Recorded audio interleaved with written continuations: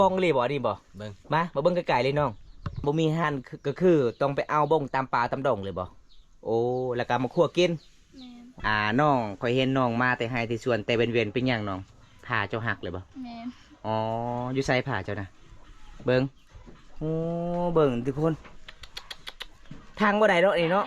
ซื้อมาเท่าใดนี่น้อง100,000อ๋อแสดงว่าตอนนี้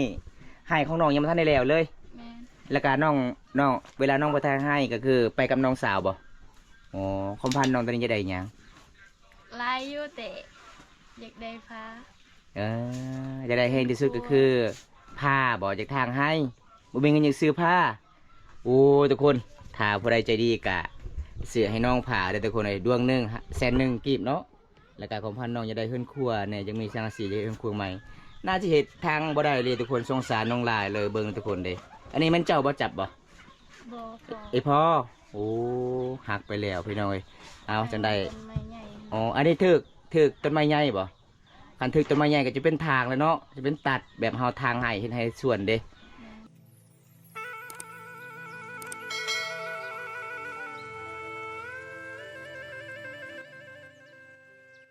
สบายดีเช้านี้ สวัสดี หากนมาทางให้บ่ แม่น โอ้ทุกคนน้องนี่ก็ยันหลายเด้อทุกคนในเมื่อนั้นก็พาบอมตาเข้าป่าหาผักอีก หลังจากน้องมาที่ทางให้น้องก็ตำสิ้นอีกตำหูบอันนี้แม่นเจ้าเองมาตำบ่ประมาณจักเดือนเลยน้อง หลายแล้ว หลายแล้ว แต่ยังไม่ทันได้แล้ว แม่น เพราะว่าเฮาติดภารกิจหลายเนาะเวียกเฮามันหลายสาวลาวซองไอ้น้องเพิ่นก็สู้ชีวิตทุกคนทางให้ซอยอีเมอีพออีเมเพิ่นก็บ่สบายก็เลยอยู่เฮือน อันนี้ตำสิขายบ่หรือว่าสินุ่งเอง นุ่งเอง นุ่งเองเนาะประมาณจักปีจึงสุดเนาะ บ่ฮู้ บ่ฮู้บ่คันชุดนี่ได้ประมาณจักผืน มัน10พื้นคันค่ายนี่สมมุติว่าในหมู่บ้านของนอนหลายๆคนเขาเจ้าขายอยู่บ่บางคนบ่ ใครบ่ จักและ บ่ฮู้เลย ก็คือขายให้ข่อยฟุ้นหนึงเด้อกันหน้าเด้อเดี๋ยวข่อยสิมันเจ้า ค่อย ได้บ่เออเพิ่นว่าคันถากเจ้าสิมันค่อยให้ละลายเด้ออ้ายเด้อ ค่อยยังบ่ได้อยากมันน้องดอก มันให้ FC หยอกน้องทุกคน เอาไว้เป็นที่ระลึกเวลาน้องเอาผัวได้ บ่สาวนิ่งเป็นหยังเจ้าไปหาผักมื้อนั้นคือเจ้าบ่ได้มือเฮือนเจ้าเลยเจ้าคือให้แต่สาวด่วนใจดีแท้ข่อยเบิ่งเจ้าแล้วก็เจ้ามาฮอดเฮือนอีเมน้องทามบ่ บ่ บ่ได้ถาม เอาบัดลูกไปหาผักบัดมาฮอดเฮือนแล้วบ่มีผักข่อยเลยคิดว่าอีพ่ออีเมเจ้าหายแบบเข้าป่ากับอ้ายมื้อนั้นมัดมือไปกะ บ่ได้พัก หายเลย บ่ได้หายเลยบ่ทุกคน ตั้งใจสิเก็บให้เจ้ากินซื่อ โอ้ ตั้งใจเลยว่ะ ตั้งใจรี สุ บ ดเลย นะ ๆแม่น เข้าป่าเขาดงมัดมือเนาะมื้อนั้นเนาะขนาดน้องมาแต่หายแต่ส่วนเลยมาทางหายน้องใจดีพาบอมตา โอ้ ไปเลาะป่าธรรมชาติสุดยอดหลาย ทางใดน้อง ทางผู้พุ่นเนาะ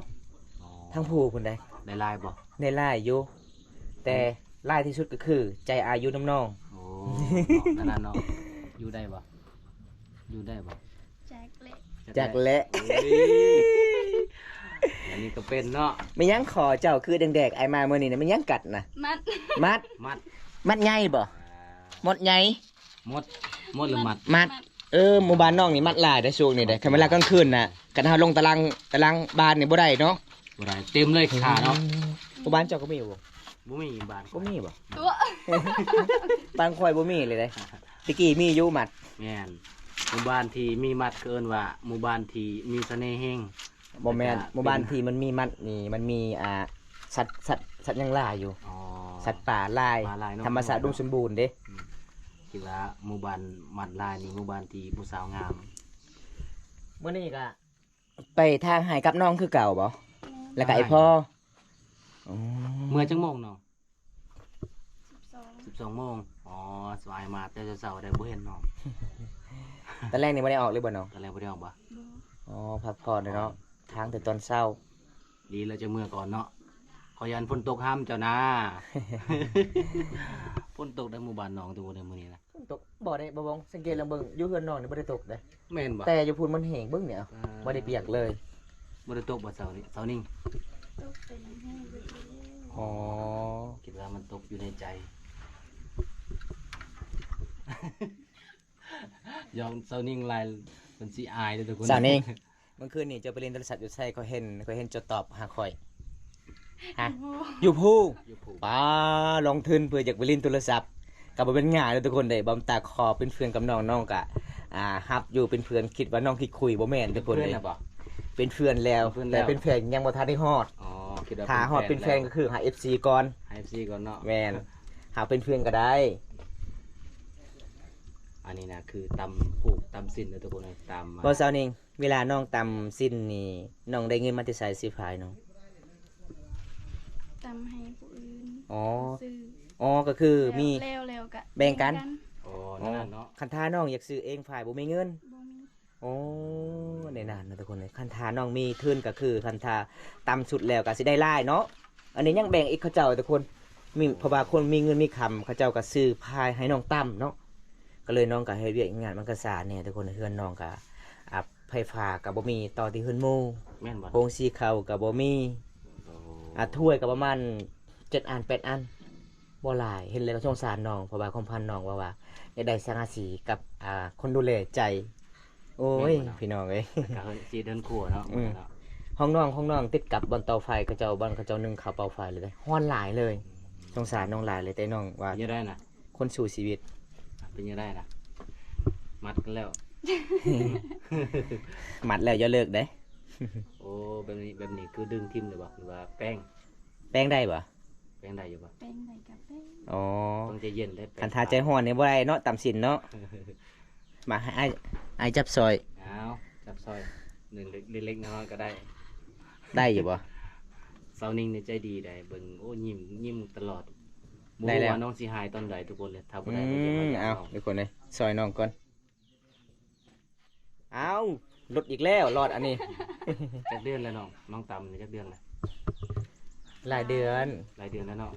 เพื่อสิได้ซ้ำนี้เนาะทุกคนเลยพูด ผู้สาวในเขตชนบทนี่น้องบ่เคยเห็นแกงอะหล่องเลยเด้ แม่นบ่ บ่เคยไปเที่ยวแกงอะหล่องเลย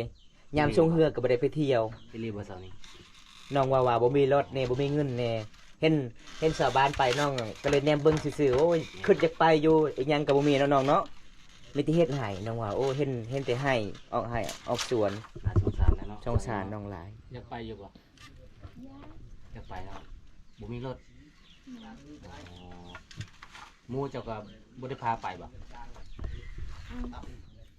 ลยบ่ได้ไปบ่ได้เห็นจักเทื่อเนาะเมืองนองก็เห็นอยู่บ่เมืองนองน่ะ เห็นอยู่ เห็นอยู่ ปีหนึงได้เห็น2เทื่อน้องว่า คิดว่าบ่เห็นเมืองนองโอ้ยพี่น้อง นี่ผู้ชาวก็บ่บอกกันเนาะอันนี่ อือฮึสม สบายดีผู้ชาว บ้นป่เด้อ ส นะ บายดี ชื่อนั่นได้เจ้านะ นี่ ชื่อนิ้ง ตอนนี้ นิ่งบ่ได้ที่เลย เจ้านิ้ง อยู่นิ่งๆเลย เจ้านิ้งเจ้านิ้งตามฮูกไปขายบ่นี่ชิ้นนี่ บ่หนูเอง นุ่งเอง เมืองตาม พอแห้งแล้วเพื่อเจ้าเสียได้นุ่งนี่ถ้าเอาผู้พูดอะไรจากนุ่งเป็นผู้ชาวนี่เขาบ่นุ่งชิ้นได้ได้ยินเขาว่าหลายบ้านได้ แล้วกับปีหนึงวะ เป็นผู้ชาวนี่ถ้าเอาผู้อะไรนุ่งชิ้นแมันบ่ แม่น นี่ตอนนี้เจ้าก็ยังนุ่งชงเจ้าก็ตั้มชิ้นนี้เพื่อสำหรับเอาผัวอย่างเดียว ว้าวแล้วน้องหัวได้อายุจักปีแล้วเจ้าน่ะ 16 ปี16 ปีปลายบาง2 ปีกระตัวเจ้าใหญ่กว่าอายุเนาะก็คือว่าเจ้า17 18แล้วได้ แก้ว ฮะ งามอยู่บ่ งามนะ งามเนาะ งามแบบธรรมชาติแต่ว่าเบื้องล่างตอนนี้เฮือหลายไข่ย้อยฮ้อนขนาดเลยปาไปอาบน้ำปะไปบอกนี่ผมพรอาบน้ำน้ำห้วยน้ำหยัง บ่มีบ่ นี่แต่ว่าอยากอาบ บ่ยังอาบ บ่อยากงาม เขาเบิ่งเจ้าคือเจ้าฮ้อนแท้ อาบแล้วก็นอนแล้วตอนเลี้ยงนี่นะ ถ้าอาบตัวแรกบ่จัง เอ้า นอนเลย กาวเช้านี้มียังมือของน้องทึกผ้าบ่ แม่น มื้อนี้บ่น้อง บ่ อยู่ได้ เมื่อวานนี่โอ้ พาพันตัวเอง โอ้น้องทางไห้เดี๋ยวเป็นสาวทางไห้นี่ เอ เลย อ ทางไห้ลายมือเลยได้ ดีแล้วบ่ตอนนี้นะ เด้บาด ดีแล้วบ่ มันเจ็บแฮง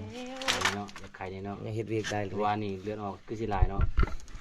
บ่ได้ทายาเลยบ่น้องบ่มีเงินอยู่เสีย ท้าอยู่ โอ้ ประมาณจากพื้นชิ้นเจ้านี่จะตำนี่ สาวงาม ได้นี่ได้จากพื้นเพื่อแล้วในชุดนี่ บ้าตะลี บ่ได้น บ่ได้นับ ละลายผ เคยเฮ็ดแต่เก่าด้วยจ้ะ สวยๆได้ แล้วจากอันแล้วจากเทื่อแล้วจะตำนี่ ตามซินตามหูนี่ ใช้เวลาจักมื้อนี่จังแล้วนี่ ยกนั่นยกนี่เหยียบ หลายมื้อเนาะ ทุกค ประมาณ5มื้อแล้วบ่ นี่ เราหูแล้วว่า5มื้อ เห แล้ว ยียบตัวนั้นเหยียบตัวนี้นะทุกคนเด้อ โดนบันไดซะฮอดบ่เดือนหนึง 2 ปีพุ่น 2 ปีพุ่นโอ้แสดงว่าเจ้าบ่ได้เฮ็ดมัน ทำบ่ได้ ถ้า ตาม เจ้า ส เฮ็ อ ด ง แต่ ปี บ่ฮอ พุ่ ด นเนาะ 2 ปีค่อยว่ามันไหวอยู่อันนี้เป็นลวดลายประจำชนเผ่ามังกรเลยทุกคนถ้าว่าเฮ็ดอยู่ตลอดนี่ไหวอยู่ได้แต่ว่ามื้อใดผู้บ่าวมาล้มนี่ก็เจ้าบ่ได้ตำและสินนี่เจ้าต้องติดดอกไฟชะนีมื้อแรกนี่ก็นำตำชิ้นอยู่นี่ถ้าผู้บ่าวมาล้มก็ต้องให้ผู้บ่าวนั่งเผาอยู่นี่คันผู้บ่าวมาน่ะ ลุงเรือนล้มอยู่เฮือนเนาะห้องนอนบ่ เป็นอยู่แล้ว แจ็คเล็ก จักแลเอาผู้บ่าวมาแต่เข้าได้ซะ บ่เคยมา บ่เคยมาโอ้แสดงบ่เคยล้มบ่าวจักเทื่อบ่โอ้สาวนี่ยังงามอยู่เด้อชูเว้ยยังชุดยังชิงอยู่ได้นี่ได้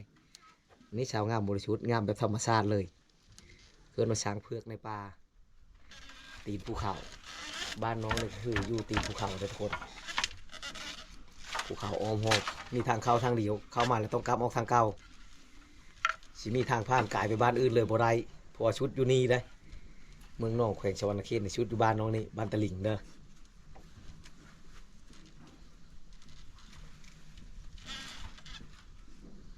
เนี่ยเกิดปัญหาอะไรอีกเลยตัวมีผู้บ่าวแล้วใกล้จะเอาผัวแล้วแล้วบ่ บ่มี บ่มียังชุด แม่ ยังชุดระวังพังในขาดองนะเคยถามแม่อยู่บ่อย่าว่าเวลาไปให้ไปชวนเลยถามแม่ว่าเอ้ยแม่เอ้ยคันว่าลูกเอาผัวนี่เจ้าสิเอาค่าดองเท่าไหร่ บ่เคยถามยันบ่มีไผมักและอาย เออมันต้องมีอยู่แล้วเป็นผู้สาวเนาะเจ้างามได้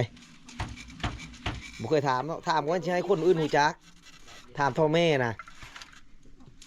หรือว่าเวลาเว้าค่าดองนี่แถวเจ้านี่เจ้าเว้าเองบ่ผู้สาวเว้าเองบ่หรือว่าพ่อแม่เป็นคนเว้า โดเอง เว้าเองเนาะอ๋อถ้าสมมุติพ่อแม่บ่พอใจได้ซะตัวอย่างแม่เจ้าจะได้50 ล้านเจ้าไปเว้า20 ล้านนี่สิเฮ็ดได้อ่ะแม่ว่าบ่เอาได้20 ล้านได้เจ้าพอจักได้ผัวบัดนี้เจ้าบ่เคินเว้าผิดเลยตกลงกันกับผู้บ่าวเลย รักตาม รักตามโอ้เฮ็ดอันนั้นบ่ได้ได้ เคยมีอยู่บ่บ้านเฮากะแบบรักตามไปคือเจ้าเว้านะนำไปเลยพ่อแม่ห้ามบ่ให้เอาแล้วไปนำเลยนะมีบ่บ่มีเนาะโอ้เฮ็ดอันนั้นบ่ได้ดอกต้องมีฮีตมีของแต่งข้างแน่ได้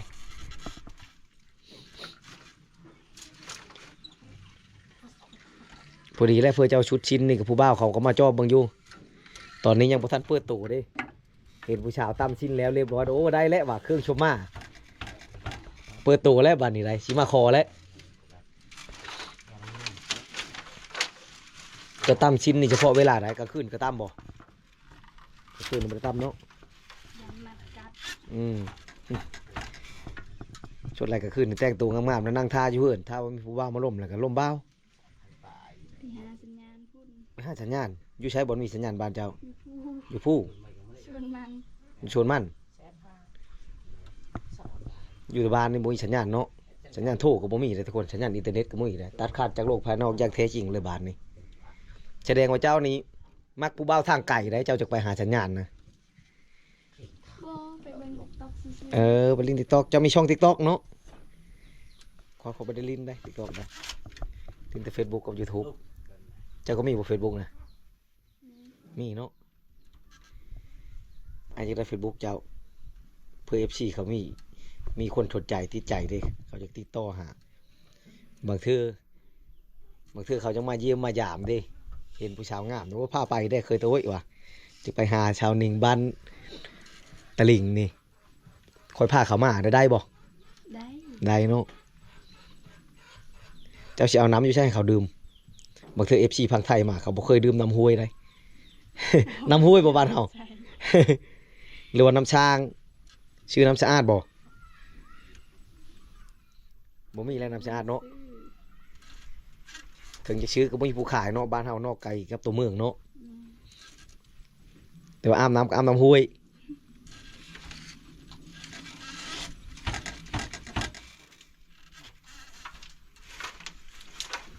ก็ตั้งทำบิดในเจ้าเฮ็ดเองบ่ในฮูกนี่หรือว่ามีผู้เฮ็ดให้เจ้าแล้วเจ้ามาตำนี่ซื่อ เฮ็ดเอง ๆเฮ็ดเองเลย แม่สอน โอ้ เป็นได้ทุกคนได้ดีแล้วบางเทื่อเจ้าเอาปูอยู่แถวนี้ก็มือก็ได้วิชาที่โตเมื่อเด้มาเฮ็ดอยู่เฮือนปูเฮือนย่าอีกถ้าว่าเอาปูแถวเผาลาวเผาผู้ไทยจะเอาปูแถวเมืองนอกนี่วิทย์แล้วตัวนี้นี่บ่ได้เฮ็ดแล้วครับบ่พาเจ้าเฮ็ดแล้วนี่ข้าให้เจ้าเฮ็ดเวียงแนวอื่นกันก็เอาเจ้าเอาปูคนชนเผ่านำกันนี่ได้เฮ็ดแล้วมาจากให้จากชวนนี่ก็ได้ตำฮูกแล้วคอยเบิ่งนี่จื้อเนาะเจ้าเนาะเจ้าเหยียบนะเวลาเราเหยียบนะทุกคนเราจื้อเราบ่ได้เบิ่งเลย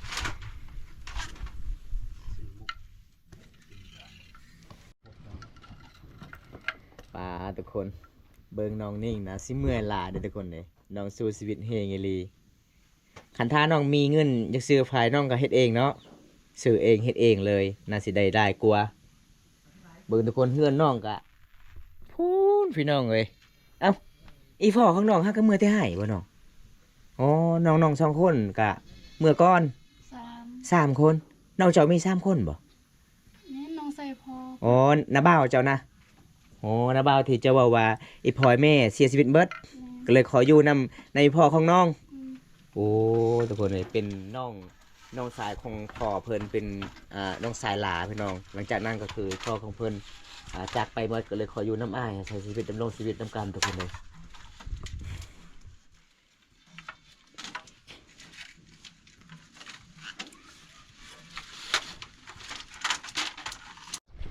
หลังจากตามสิ้นแล้วจะมีซีเมื่อบานบ่อ๋อเวลากลางคืนน้องก็คือปะอยู่หั่นเลยบ่สิ้นเจ้าบ่ ปะเลยบ่ โอ้เขาเจ้าบ่ได้หลักบ่น้อง บ่ อ๋อบ้านห้าโอกาส ใจดีเนาะ อุดมสมบูรณ์อยู่เนาะเอาอันนี้เป็นเพื่อนน้องนะทุกคนน้องว่าอยากได้ชาสีเฮ็ดเฮือนขัวสีมาต่อเฮือนขัวเพราะว่าเฮือนนี่ก็อยู่บ่ได้คือมันน้อยอันนี้เป็นแกนใหม่ได้บงน่าจะเป็นแกนไม้ดูได้นี่เลย ไม่ดูป่ะ โอ้ เห็นบ่ อันนี้บันได บันไดของน้องแบบดั้งเดิมเลยทุกคนเลย แม่นไปทุกคนขึ้นเฮือนขึ้นศาลก่อนบันส่วนพ่อเฒ่าทางมาได้ให้บ่อ๋ออันนี้คือพ่อเพิ่นไปอาบน้ำบ่พ่อเฒ่าอ๋อเอานี่คือลูกสาว2 คนให้ย่างอยู่พุ่นมีชิ้นงานบ่สาวนิ่งสมพอเนาะน้องเจ้าจอบอยู่กับเสาเฮือนเลยมาเยี่ยมมายามน้องคือเก่าพี่น้องก็อยากเห็นหอดจอดเทิงน้องคือเก่าก็เลยมื้อนี้ก็จัดให้ FC ไปตามติดวิธีชีวิตสาวนิ่งคนงามบานตาลิงอยู่ไสจะว่ากินดักแด่ๆ ใช่เด็กๆจ้านะ เบิ้งโอ้ล่าอยู่เนาะ เบิ่ง ดักเดะ ดักแด้ แสดงว่าบ้านนี่มันมี มีอยู่เนาะ ขี้เล็กหลายเนาะ เล็กต้นขี้เล็ก ต้นขี้เล็กมันขี้เล็ก เวลาขึ้นเป็นสารสาวลาวหลายๆคนกะต้องย่อพ่อเข่าให้กินขนาดน้องตำหูบน้องว่าอ้ายขึ้นเฮือนน้องก่อนเดียวน้องกับซิมีเวียกแน่เพิ่นว่าตอนนี้น้องเฮ็ดหยังน้องเอาน้ำบ่เอากูโตไปทุกคนไปยิ้มงามแต่เถอะเนาะ นาประมาณเม็ด60เด้ความสูงลาวเด้ เคยตัวยานเลยบาทนี่ จะบ่เคยกินบ่ เขายอมเลย เอามีทีมงานเฮา คืออาหาร กินยังแล้วบัดนี้ อาหารของน้องเนาะ แม่ ดักแด้ กินแต่ข้าวก็ได้ข่อย ส่วนไอ้แก้วกินบ่ได้เนาะยังได้ตอนนี้ นี่ซอนี่ให้เบาเกลกินเต็มมากอก2หน่วย นี่แหละแล้วว่าสิกินยังเลยบาทนี้แล้วเอา นี่ บอกกินก็ได้ทีมงานไหนกินแล้วก็แล้ว อันนี้คืออาหารหลักของเขตชนบท แต่ มักที่สุดเด้ เฮาบ่กินถ้าคือว้าวแล้วทุกคนเฮาก็ต้องได้ เอ้า จำคำนี้คือคำ เป็นย่างสาวนิ่งเจ้าคือตักมาเลยอีแม่น้องจะได้ยังบ่ทันได้กินนี่น้อง กินเพนี่บ้าน กินแล้วบ่ ทุกคน เอ้า คือเฮือนของน้องดังไฟอยู่นี่บ่น้อง แม่น ดังไฟอยู่นี่นะ อีพ่อเพิ่นได้กินแล้ว อีพ่อเด้ คือห้าก็มาแต่หาย นอด เด้ จะบ่นี่ อันนี้คือน้อง นี่แหละบ่นอดเลยทุกคน เอาทุกคนหลังจากมาเยี่ยมมายามน้องมื้อนี้ก็ได้ฟ้อน้องตามสินตามหูได้สาวลาวคิดนี่ขยันหลายทุกคนน้องคนนี้สู้ชีวิตหลายเลยพี่น้องมื้อนี้น้องเว้าว่าถ้าอ้ายมาเยี่ยมมายามมื้อใดก็ต้องแวะมาเยี่ยมมายามเฮือนน้องเด้อเงินขามสำเกียบ่มีข้าวกินก็บ่มีน้องก็ใจดีหลายเพิ่นว่าพี่น้องมื้อนี้น้องได้อาหารหยัง ทันบ่ ได้ยังเนาะ อาหารบงอยู่ใส่เนาะบงฮะอยู่ใส่เนาะเบิ่งจะยกลงเบิ่งยกไอ้ โอ้บองเลยบ่นี่บ่ เบิ่ง มาเบิ่งไกลๆเลยน้องป้าทุกคนเลยมีอาหารบ่งเลยเด้ เอ้า ลงเนาะ แสดงว่าหมู่บ้านเฮานี่คันบ่มีอาหารก็คือต้องไปเอาบ่งตามป่าตามดงเลยบ่โอ้แล้วก็มาคั่วกิน แม่น อ๋อเป็นจะได้หลังจากเฮากินแล้วเป็นจะได้แซ่บบ่น้อง แซ่บ อ๋อรสชาติอร่อยเลยอ๋อแต่ละหมู่บ้านก็คือกินบ่งอย่างเดียวหมู่บ้านเฮาบ่มีป่าบ่ มี มีอยู่แต่ช่วงนี้ก็คือมีบ่งก็เลยกินบ่งโอ้เอาพี่น้องถ้าผู้ใดอยากมาเยี่ยมมายามสาวลาวเขตนี้เพิ่นบอกว่ากินบ่งนี่แซ่บแน่นอนติดใจแน่นอนนะทุกคนบ่งเอาตามป่าตามดงเขตชนบทหมู่บ้านนี่ก็คือกินบ่งได้สาวลาวเด้อพี่น้องมาภาษาบ้านน้องเอิ้นว่าจังใด มากินมงน้ำกันเด้อ กินบ่งน้ำกัน ภาษามังกรได้บัดนี้ จาเด็กเดเด้อ จ่าเด็กแด้ แต่เด็กๆเนาะ บ้องคือหยังบ้องปะรื่ยบ่จ่าปะรื่ย เอาทุกคนมาเลยทุกคนกินน้ำกันเลยพี่น้องนี่เพิ่นมีบ้องมากินพี่น้อง ผู้ใดเคยกินหรือว่าผู้ใดบ่เคยกินก็อยากลองก็มาหาได้เนาะ มาหาได้บ้านเสานิ่งคนงาม สาวนี้คนงาม จะแม่นทำ มูล แม่มีล้ำเจิงก็ตะเบิ่นเอาอีก แม่นมือจ้ะเนาะพันแล้วบ่ถึกบนก้าวตลอดแม่น เพอเป็นความตั้งใจของเจ้าเดิ ได้เป็นไก่มาแต่ใส่น้องฮะซื้อเอาบ่ บ่ อ๋อเอา ผู้บ่าวซื้อมาให้เจ้าก่อนเลยนะ ทุกคนมีดักแด้ไปพร้อมมีปิ้งไก่ไปพร้อม มึงนั่นอะไรเออ เป็นจะได้สาวหนึ่งฮอนไลน์บ่สาวนิ่งมันเป็นสาวหนึ่งเนาะ อันนี้คือสาวหนึ่งนี่ทุกคนเลยมาเยี่ยมมายามมื้อนี้น้องก็ย่อผ้าขาวให้กินน้องเว้าว่าบ้านคอยกินเตบ่งเด้ออ้ายบ่มีอาหารกินเลยเพิ่นว่ากุ้งทะเลปลาหมึกก็บ่เคยกินเนาะเป็นยังไงของพันเจ้ามื้อนั้นเว้าว่าอยากได้สังกะสีได้หรือบ่น้อง ยัง ยังบ่มีเงินอยากซื้อโอ้การถ่ายมีเงินอยากซื้อคือน้องอยากได้แห้งหรือบ่เพราะว่าช่วงนี้ก็อากาศมันร้อนเนาะ ยัง น้องเจ้าก็นอนนํกันอยู่นี่บ่ นอนเฮือนหมู ไปนอนเฮือนหมู่ก็คือน้องกะมุอยู่นี่ นอนผู้เดียว น้องผู้เดียวบ่เบิ่งทุกคนของน้องเขานอนก็ติดกับเตาไผ่ได้ ความพันน้องตอนนี้อยากได้สังกะสีเนาะนี่เฮือนครัวขยายไปพุ่นพอดีน้องก็นึ่งข้าวมันก็สิบ่ฮ้อนบ่อนห้องนอนเนาะอันนี้เวลาเจ้านอนอยู่นี่เวลาแม่นึ่งข้าวมันก็ฮ้อนหลายบ่ บ่ธรรมดา ธรรมดาโอ้คันยามหน้าฮ้อนนี่ก็ฮ้อนอีหลีเนาะนี่ทุกคนจะได้บอมตากะสิกลับก่อนเด้อน้องเด้อโอกาสหน้ามีเวลาว่างก็มาเยี่ยมมายามกันใหม่เนาะ เด้อ เมื่อนี้คอยกะมาเยี่ยมมายามเจ้าก็ต้อนรับไปอย่างดีเลยเพราะว่า FC คนหนึงว่าป้าสาวนี่หมู่บ้านใดเนาะสามงามแท้งามแบบธรรมศาสตร์ขนาดนี้น้องหากามาแต่ให้เตียสวนทุกคนเลยทางให้บ่มื้อนี้ แม่ อ๋อแต่ค่อยเบิ่งผาของน้องเป็นหยังผาของน้องนี่หักมันเลยเนาะบ่มีเงินจักซื้อบ่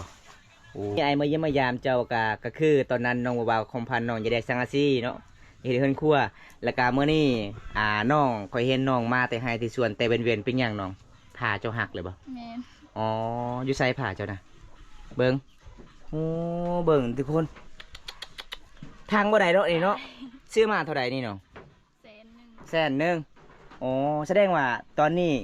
ให้ของน้องยังบ่ทันได้แล้วเลย แม่ แล้วก็น้องเวลาน้องไปทางให้ก็คือไปกับน้องสาวบ่